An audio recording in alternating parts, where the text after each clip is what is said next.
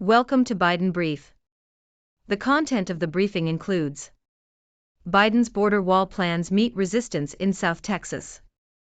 Americans may have been killed or kidnapped in Israel, says Blinken. Hamas attack on Israel thrusts Joe Biden into Mideast crisis and has him fending off Republican criticism.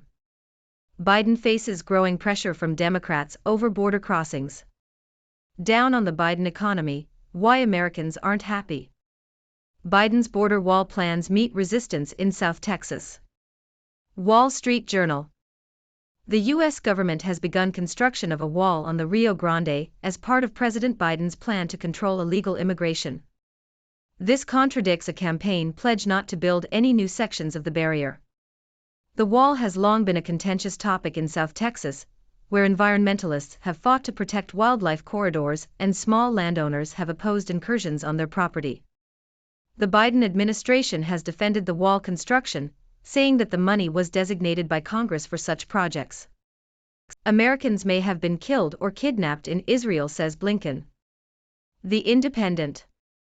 The U.S. Secretary of State, Antony Blinken, has stated that the Biden administration has received reports indicating that several Americans may be among the missing or dead in Israel as the conflict between Hamas and the Israeli government escalates. Blinken pledged that the release of any Americans held by Hamas would be a top priority for the administration. Reports from Israel suggest that a number of civilians have been killed and taken hostage by militants aligned with Hamas. The death toll from the conflict has already climbed into the hundreds, and human rights groups are warning of the risk of further civilian casualties. Hamas attack on Israel thrusts Joe Biden into Mideast crisis and has him fending off Republican criticism.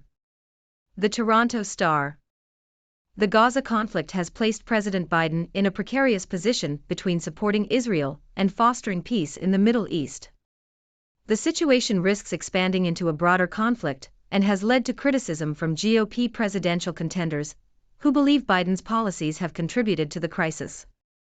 The Biden administration has pushed back against the criticism, noting that the unfrozen Iranian funds can only be used for humanitarian needs.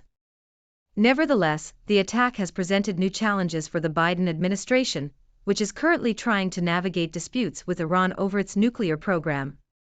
The administration has also been working to broker a normalization of relations between Israel and Saudi Arabia, but the new conflict may complicate these efforts. Some Republicans have blamed Biden for the Hamas assault, accusing him of being weak on Iran and claiming that his reversal of a Trump-era ban on assistance to the Palestinians may have helped fund the operation. The Biden administration has strongly denied these claims. Biden faces growing pressure from Democrats over border crossings. Washington Post. President Joe Biden is facing increasing pressure from both Republicans and Democrats to address the surge in border crossings from Mexico into the U.S. Democratic officials have criticized the Biden administration for a lack of intervention and coordination, with Democratic Mayor Eric Adams of New York City traveling to Mexico in a high-profile move to discourage illegal immigration. Democratic Governor J.B. Pritzker of Illinois has also written a letter to the president demanding more help. The Biden administration recently announced it would bypass environmental and conservation laws to fast-track construction of new barriers along the border.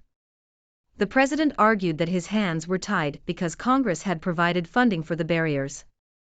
However, Democrat critics have accused Biden of embracing some of former President Donald Trump's policies and called on him to be more proactive in laying out his broader vision for voters ahead of next year's election.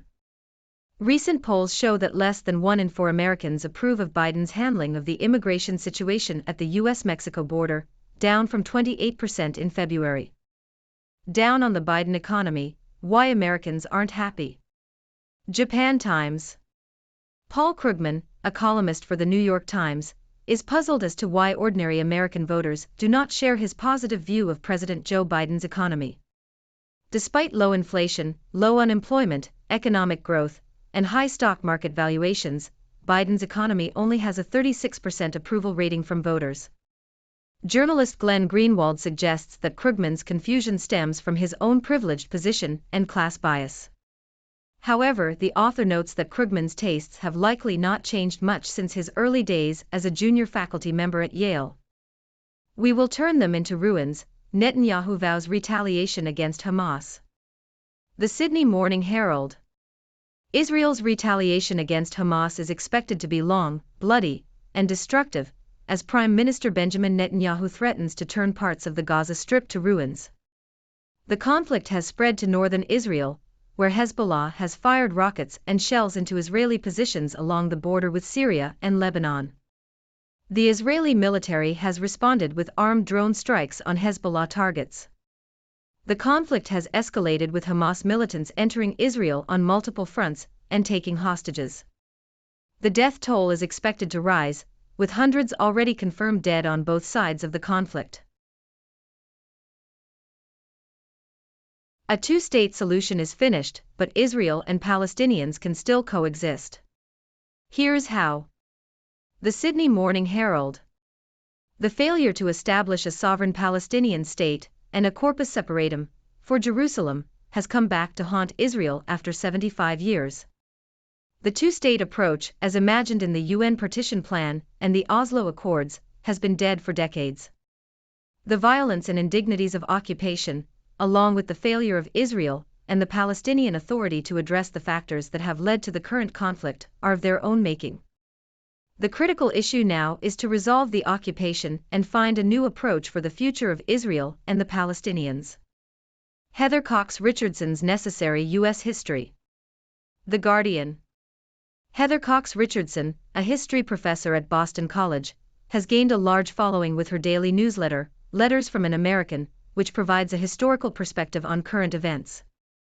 Richardson's latest book, Democracy Awakening, is a primer on American history and the rise of Republican extremism. She argues that Donald Trump's presidency was not an outlier, but rather the result of 70 years of Republican pandering to big business, racism, and Christian nationalism. Richardson traces the roots of modern conservatism back to figures like William F. Buckley Jr., who attacked universities for promoting secularism and collectivism, and framed liberals as communists. She also highlights the importance of the fascist example to Trump and his MAGA movement and draws parallels between Hitler's tactics and Trump's behavior. However, Richardson's book is not solely a critique of Republicans. She also celebrates progressive achievements, particularly during Lyndon B. Johnson's presidency. Johnson's Great Society initiatives, such as the Voting Rights Act, the creation of Medicare, and increased welfare payments, had a measurable impact on reducing poverty in America. Richardson argues that progressive change is possible and calls on the younger generation to use their power to shape the civilization they want. Here's a timeline of Saturday's attacks and Israel's retaliation. New York Times. Militant attacks occurred across Israel on Saturday, making it one of the deadliest and most violent days of fighting in the region in decades. Hamas, the militant group that controls the Gaza Strip, launched rocket strikes that targeted major cities in Israel and sent fighters across the border into southern Israel, where they seized hostages and took over bases. The attacks prompted Israel to declare a state of alert for war and launch airstrikes against Hamas targets in Gaza. The United States expressed support for Israel, and President Biden assured Israel that U.S. backing is rock-solid and unwavering. As partners in Ukraine's fight for survival, two generals forged a bond. Washington Post. In an interview with the Washington Post, Ukraine's top military officer, General Valery Zaluzhny, spoke about his relationship with the recently retired U.S. Joint Chiefs of Staff Chairman, General Mark Milley, during the Russian invasion of Ukraine.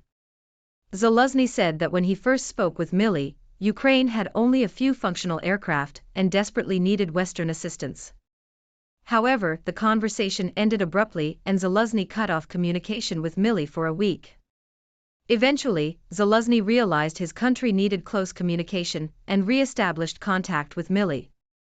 The two generals went on to develop a close working relationship, with Milley playing a significant role in shaping the U.S. response to the war in Ukraine. Zaluzhny said he expects his personal bond with Milley to endure even after his retirement. U.S. senators defy backlash at home to test China's engagement firsthand. South China Morning Post. A bipartisan delegation of U.S. senators has arrived in China for direct, candid and respectful discussions with Chinese leaders. Led by Democratic leader Chuck Schumer, the delegation will raise concerns about human rights and market access for U.S. businesses in China. The visit is seen as a potential opportunity to lay the groundwork for a meeting between Chinese President Xi Jinping and U.S. President Joe Biden at the Asia-Pacific Economic Cooperation Summit in San Francisco next month. The visit follows multiple visits to China by senior Biden administration officials in recent months, which Republican lawmakers have also criticized. Schumer has said that the delegation will focus on securing fair treatment for U.S. businesses in China and advancing America's national security interests. The visit is not expected to yield any major changes, but it is hoped it will improve the atmosphere in U.S.-China relations, at least in the short term. Biden cannot escape Trump's shadow in border crisis. BBC. The recent surge of migrants crossing the U.S.-Mexico border has put President Joe Biden in a difficult, politically threatening bind. State and local Democratic leaders, who should be among his closest allies heading into next year's presidential election, are harshly criticizing his handling of immigration. His probable 2024 Republican opponent, Donald Trump, is sharpening his attacks on an issue that has been a central part of his political message for almost a decade. And public support for Mr. Biden on the situation is souring. While voting is still more than a year away, the growing immigration crisis, whose effects are being felt thousands of miles from the U.S.-Mexico border in part because Republican governors have been sending newly arrived migrants to Democratic-run cities, could be a daunting political drag on Mr. Biden's popularity and his re-election hopes. The numbers paint a darkening picture. According to preliminary U.S. Department of Homeland Security figures obtained by BBC partner CBS News, U.S. Border Patrol apprehended approximately 210,000 undocumented migrants entering the U.S. during the month of September. That is the highest mark of the year, and comes close to matching the record peak monthly apprehensions of late 2022. Trump weaponizes Israel-Hamas conflict, says it is Biden's fault. The Sydney Morning Herald. Republican presidential candidates have criticized President Biden's foreign policy decisions in response to the deadly assault on Israel. Former President Trump and other contenders for the White House in 2024 blamed Biden's policies for emboldening militants. The political jockeying reflects how the Biden administration's foreign policy has become a central point of contention in the presidential campaign. Biden's allies have pushed back against what they called the spread of disinformation from the president's political opponents.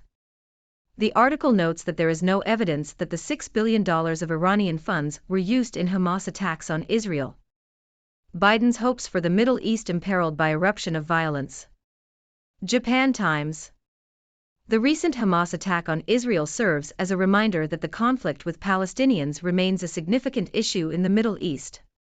The Biden administration has been focusing on building a revamped region, but the attack could complicate negotiations and make it harder to reach an agreement. It is unclear whether the attack was motivated by a desire to disrupt President Biden's efforts to broker a deal between Israel and Saudi Arabia. Letters, Russia's latest act of extreme brutality should be a wake-up call to the West. Telegraph. The Telegraph publishes a selection of letters from readers on a variety of topics. One reader calls on the Western allies to send weapons to Ukraine in response to Russia's missile strike on a cafe in the country. Another reader argues that the U.S. should provide aid to Ukraine, just as France, Spain, and the Netherlands aided the U.S. during the American War of Independence. Another reader criticizes the British government for pushing young people towards university when they would be better off in the workforce.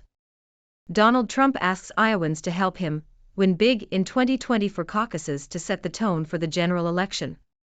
The Toronto Star. Former President Donald Trump has called for a strong showing in the Iowa Republican caucuses, arguing that a dominant win in the state would demonstrate his strength heading into the 2024 general election.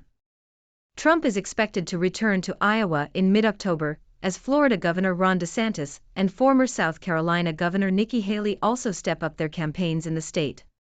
Trump's campaign advisors have said they anticipate a victory in the caucuses, but other candidates are working to cut into his lead.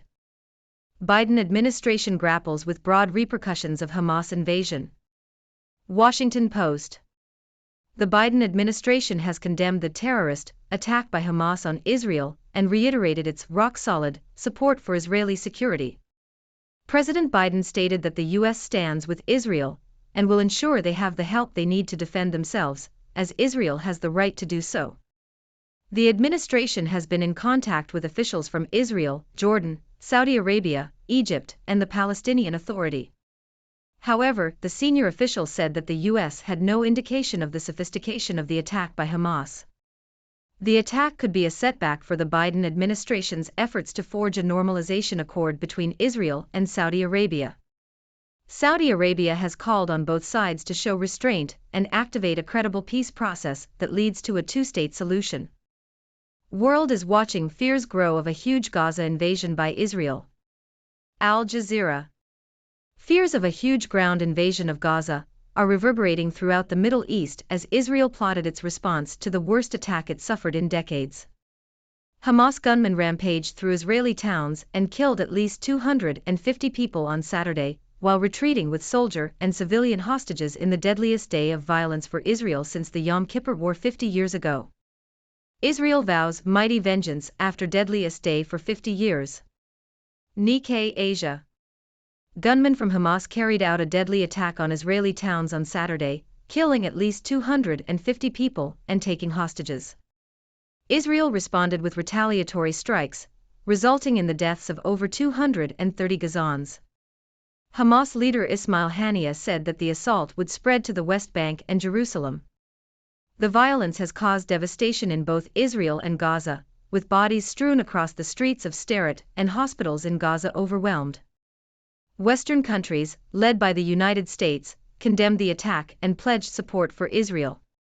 Demonstrations supporting Hamas took place across the Middle East, with Israeli and U.S. flags burned.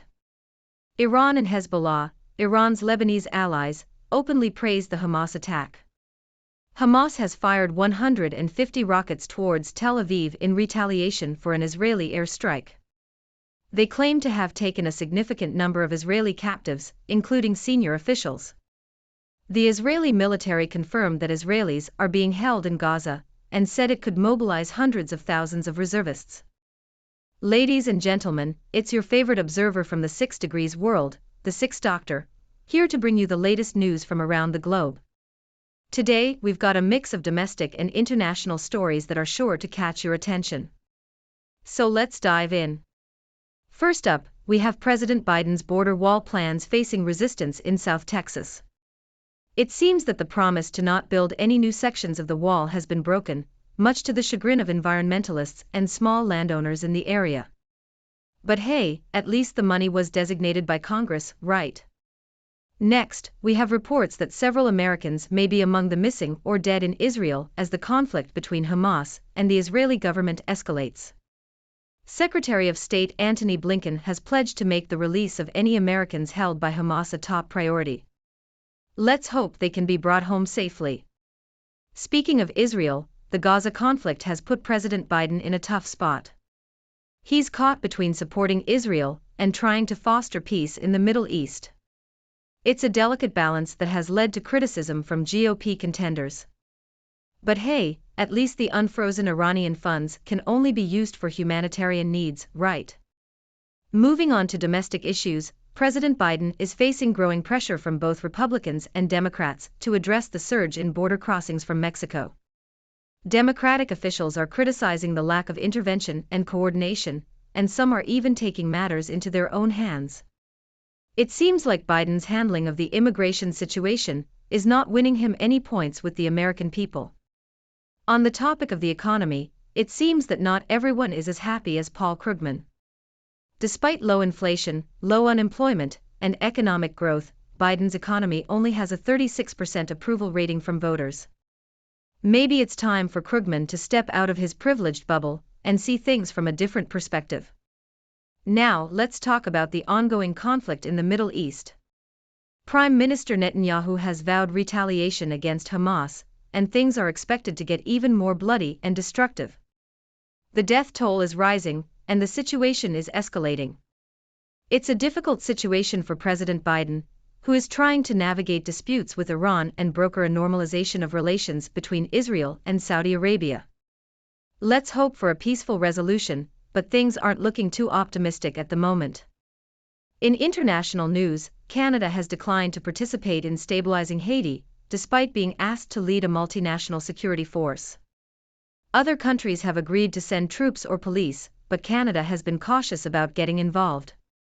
It's unclear who will take the lead in the mission, but there is guarded optimism in Haiti about the potential for positive change.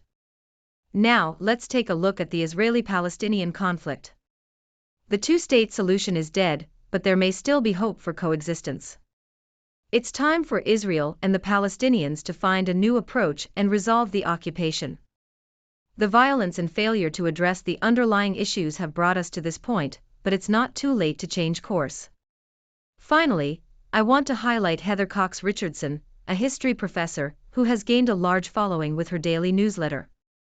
Her latest book, Democracy Awakening, provides a historical perspective on current events and sheds light on the rise of Republican extremism. Richardson argues that Donald Trump's presidency was not an outlier but the result of decades of Republican pandering. She also celebrates progressive achievements and calls on the younger generation to shape the civilization they want. And there you have it, folks. The latest news from around the world. Now, I want to hear from you. What are your thoughts on these stories? Do you have any questions for the Sixth Doctor? Let's keep the conversation going.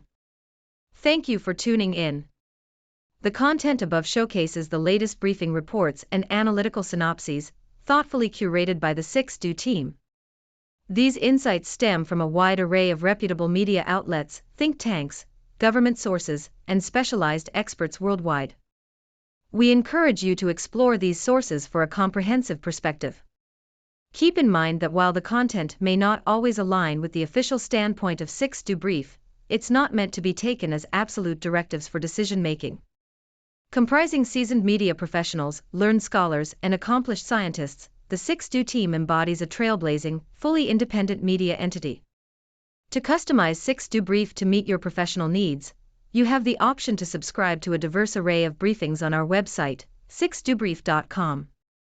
Regardless of your location, you can conveniently receive 6Do Brief via email.